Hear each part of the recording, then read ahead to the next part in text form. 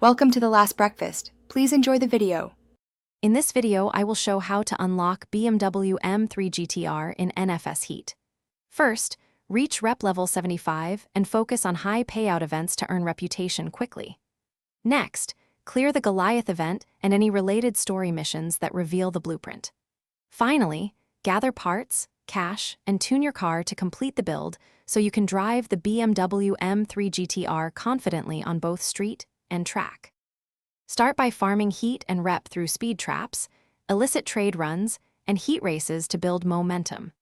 Next, claim map control and finish contract events that specifically drop blueprints or car parts you need.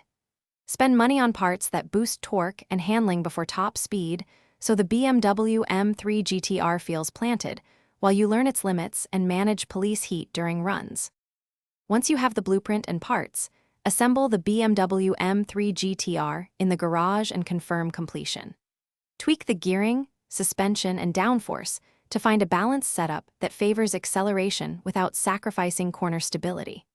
Take multiple test drives in different conditions to learn how police heat and traffic patterns affect performance, and adjust your tune until the car feels predictable.